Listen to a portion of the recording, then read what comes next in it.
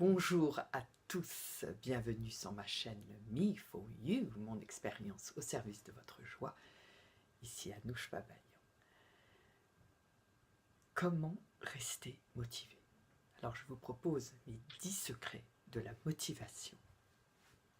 Alors si vous regardez cette vidéo, déjà, c'est que vous cherchez une réponse à votre perte de motivation, vous cherchez à ce que quelqu'un ou quelque chose vous aide dans votre motivation.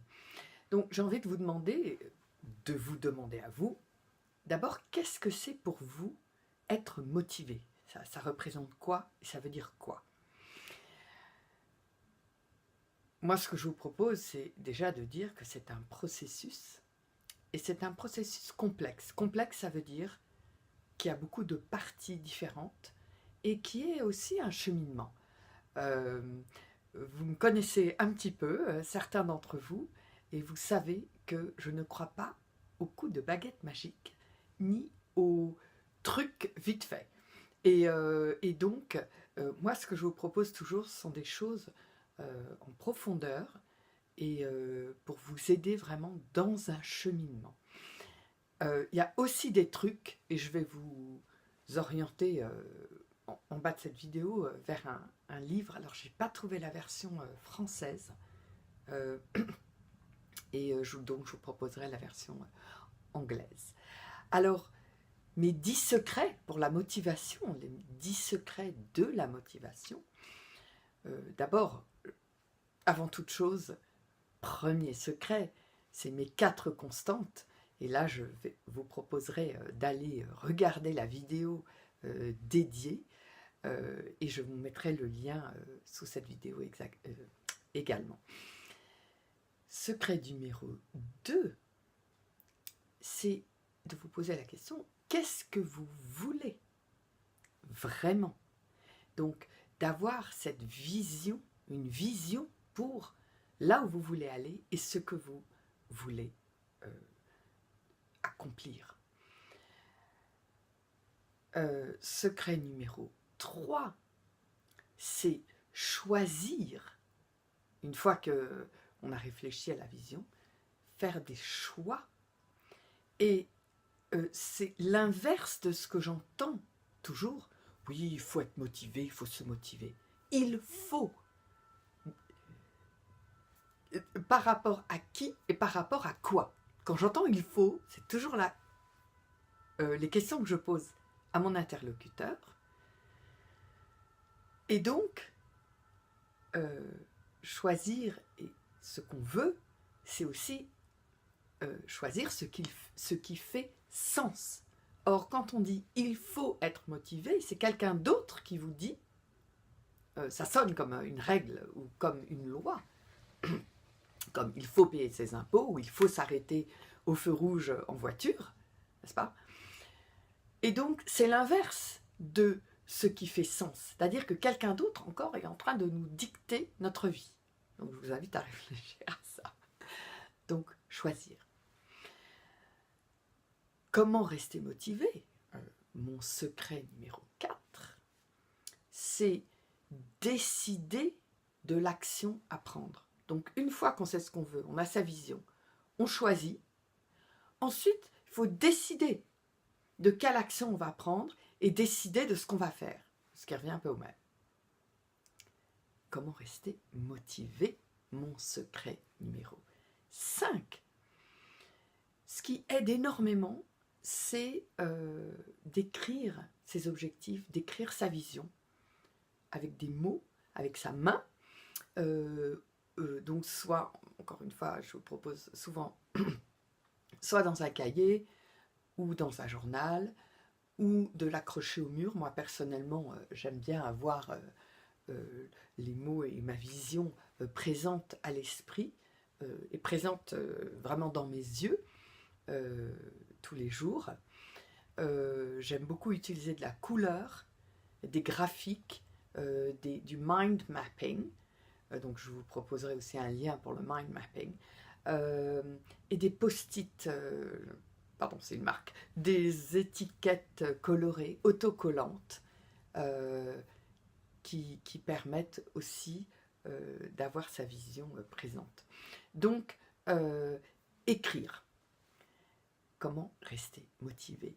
Mon secret numéro 6, super important, et personnellement, c'est un des plus importants pour moi, c'est s'engager vis-à-vis de soi-même. C'est l'engagement le plus fort qu'on puisse prendre. Qu'est-ce que ça veut dire?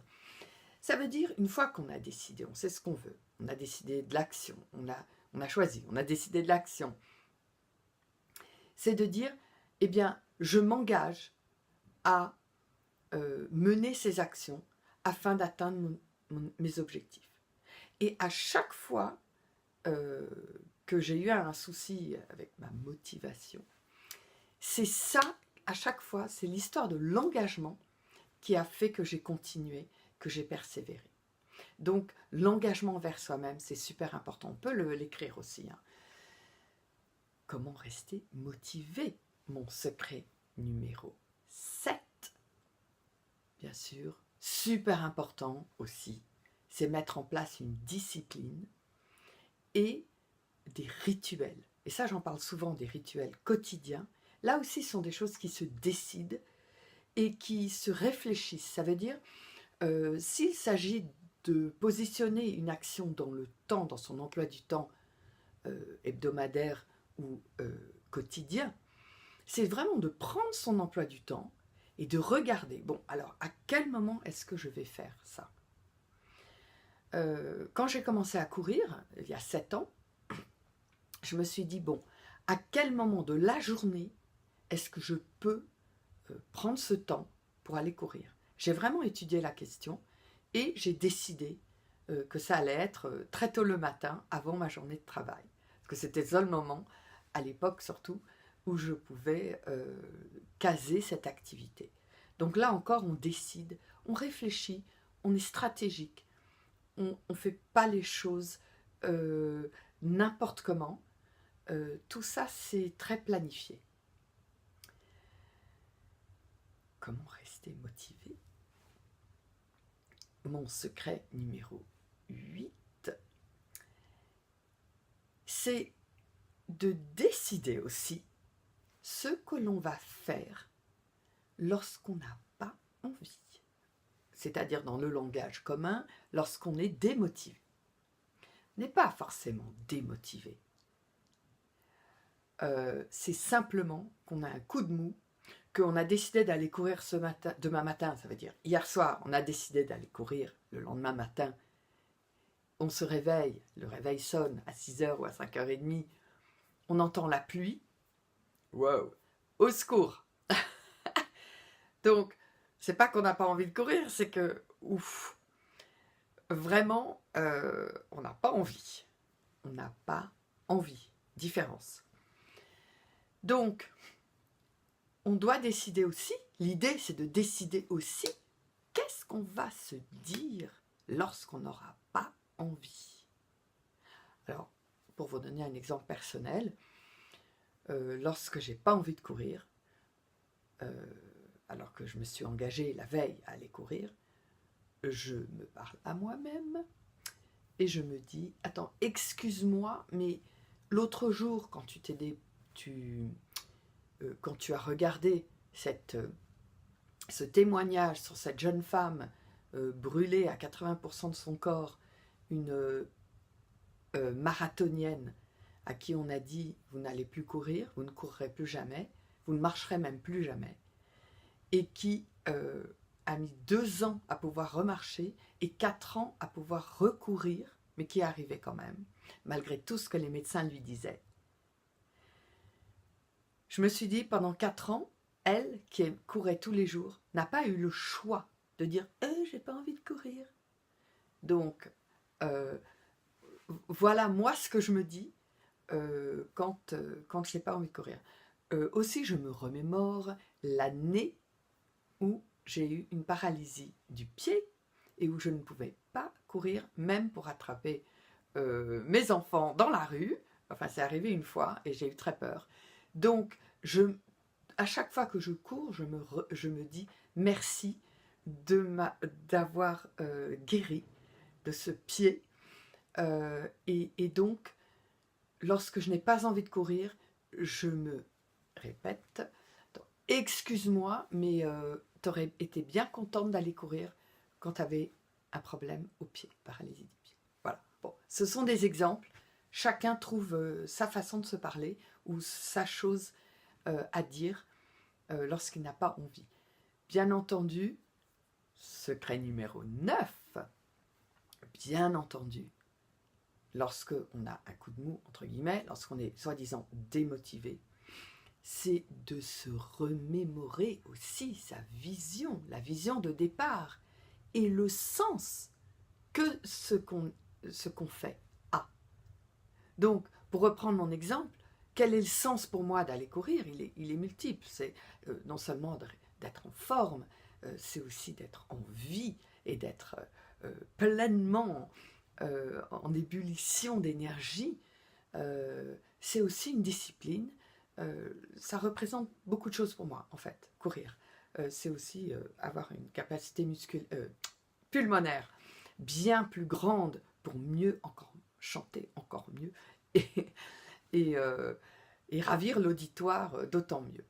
Bon, l'idée, en tout cas, c'est pas le sens de ce qu'on fait n'est pas toujours dans l'immédiateté de l'action. Ça veut dire que ma vision, c'est pas aller courir sous la pluie, n'est-ce pas? Mais parfois, on doit faire des choses désagréables pour atteindre notre objectif et pour répondre, pour être dans notre vision. Ce qu'il y a dans notre vision fait sens. Pas forcément les tout petits pas qui mènent, mais ça fait sens si on le remet dans le contexte de la vision. Comment rester motivé? Mon secret numéro 10, il va contredire quelque part. Parce que si on change d'avis, et je parle de choses profondes, de grandes décisions, je ne parle pas de aujourd'hui j'ai envie, demain j'ai pas envie. Non, je parle de choses profondes, réfléchies. Il arrive qu'on change d'avis, ça veut dire on se rend compte que ce qu'on avait décidé de faire, l'objectif, la vision, n'a plus lieu d'être aujourd'hui, pour des raisons diverses. Et oui, l'idée c'est de persévérer, parce que l'idée c'est pas de lâcher sa vision et sa discipline dès qu'il y a un obstacle. Donc on persévère, et il y a un moment, alors vous allez me dire, mais comment je sais à quel moment? Ce sont des choses qui se sentent. Il y a un moment où on se dit, attends, mais là, ça n'a plus de sens ce que je suis en train de faire. Là, c'est plus ce dont j'ai envie. C'était bon il y a 12 mois, il y a 6 mois. Aujourd'hui, c'est plus ce que j'ai envie.